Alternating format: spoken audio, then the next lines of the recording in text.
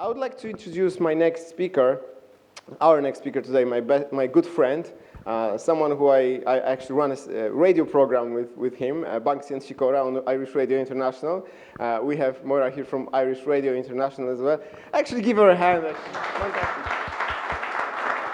Fantastic. So if you're still not listening to Irish Radio International, come on, start listening. It's an amazing radio station all over the world. Fantastic Irish radio programs going like viral on across the ocean, and it's amazing. Great programs. And there's one program that actually we run together. Gerard Banks, I think he's known in the community here in the area of Balleyphehane. This guy is laughing here, smiling, so I think you are very well known.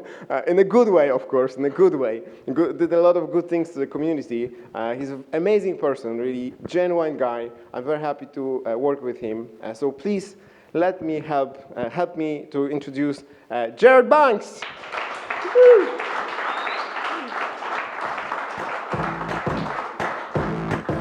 I'd just like to thank everybody first for coming. What we're talking about, I know what we talk about, some of them are problems and stuff, but we're showing people how to actually a way forward and doing them, and showing people that there is a solution for so many things that people are unaware of.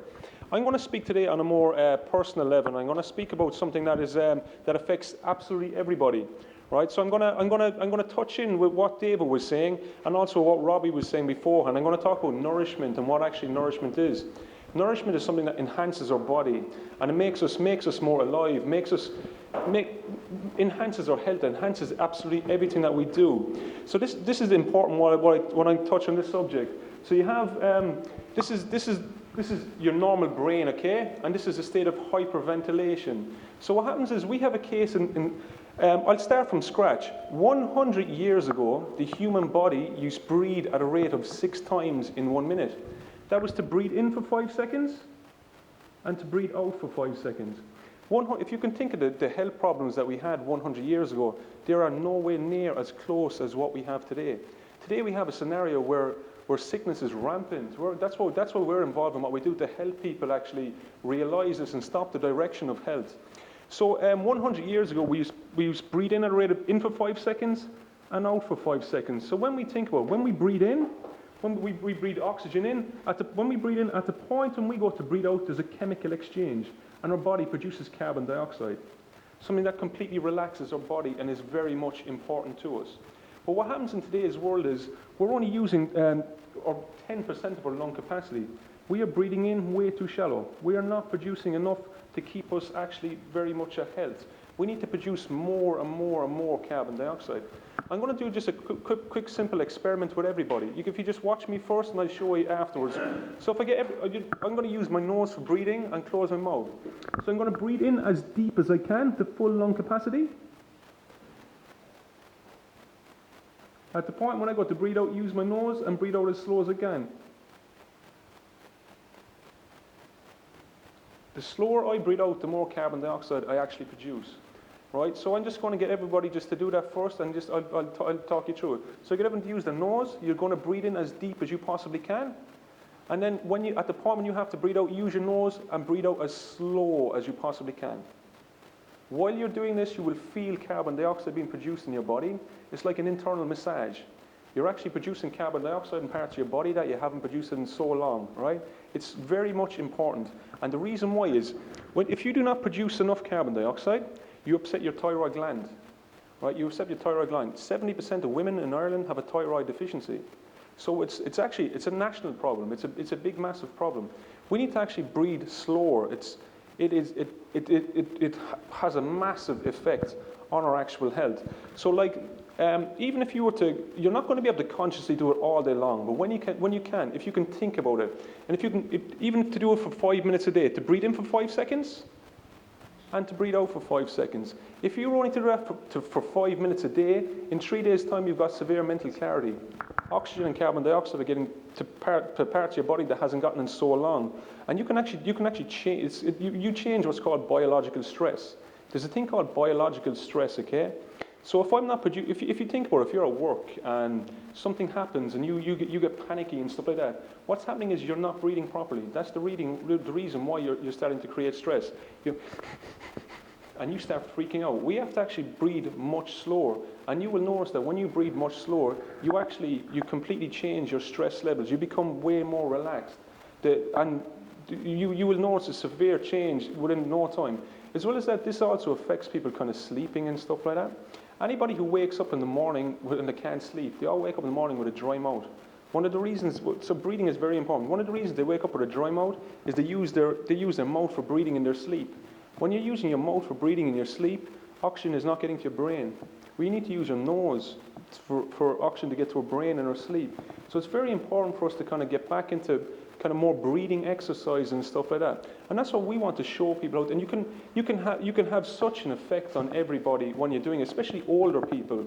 Older people, we need to breathe much slower, and you become more mentally aware, more clarity. Your health skyrockets, and this is a thing that doesn't cost any money. It's just a matter of actually doing it.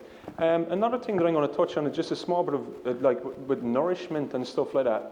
But most people, we hear of a thing called metabolism. It's very much important, but not many people are aware of what it actually is and the effect that it has on our body. To put it into simple terms, metabolism is the rate at which new cells in your body are being born in ratio to cells dying. So if you've more cells being born than dying, you've more life, you've more energy, you're more aware, your body is more functional, you've a lot more health. But if you've more dying than being born, you're getting older quickly. And there's a very easy way of changing that many people are not aware of. Like, if just for example, I'm forgetting about this a bit, but that's okay. For example's sake, if I was to, I'd talk about this stuff all day, that's my problem. Like, for example's sake, if this was a carrot, okay, and if I was to pull a carrot, look, this is how you change your metabolism. If this was a carrot, so to speak, and if I pull a carrot up out of the ground, it is fair to say that there's livingness inside in the carrot. Otherwise, the carrot would not have grown, right? So it's the livingness is what's the important part of it. Like in nutrition, we talk about enzymes and iridoids and stuff like that. But simple terms, let's talk about the livingness inside in it. But the problem that we have at the moment is when we start cooking stuff, right? And you're actually burning the DNA. You're killing it. So that's why today we have to eat so much food. We're cooking everything. We're cooking so much. We're cooking the life out of the food, and then we're eating it. So we're not getting the nutritional benefits. And when you think of it, like we are the only living species on the planet that cooks our food. There is nothing else, and we are the unhealthiest. We have to go back to actually using raw food and full enzyme foods and stuff like that. And that's what I'm big into all this, and get more people involved in it. Because people might have heard, it's the livingness in foods that directly boost your metabolism. Directly, the living energies in foods directly boost your metabolism. So we need to get more people, we need to stop eating so much processed foods and get involved in this. The reason why I talk about it is, some people mightn't have heard about a thing called the Gerson therapy. The Gerson therapy is I think everybody should look it up on the internet, look it up on YouTube, the Gerson therapy. The Gerson therapy has cured a lot of people from cancers, from so much stuff. Because what happens is when you start taking live enzymes into your body starts to repair. So the longer you stay on it, your body starts to repair. And there's a therapy called the Gerson. There's a lot of different therapies, but one of the easiest ones to understand is the Gerson therapy. And the Gerson therapy has cured a lot of people from cancer.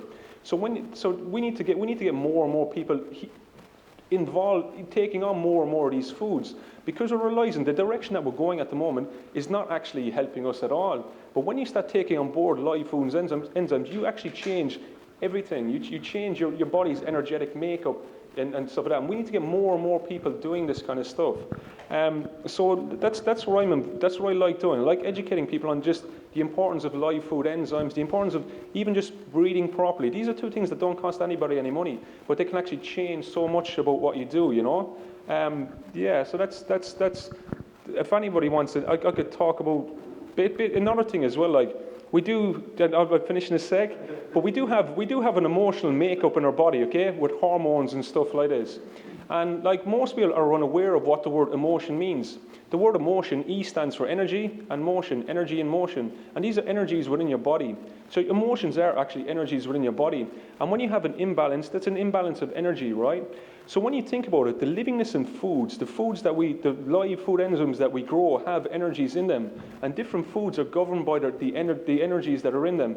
Like a carrot wouldn't have as much as something like Peruvian maca or something like that, you know? But different foods and different herbs, Chinese medicines and stuff, these are very powerful things, because when you take on board the living energies inside in these foods, they can balance your emotional problems that you might have, or hormonal problems that you might have. So it changes the whole core. Like food becomes medicine when you know how important, when you know the values of it. So that's what I'm trying to do, just get more people aware of these things. And you can help so many people so cheaply and so easily by just creating a more of an awareness of all of these things.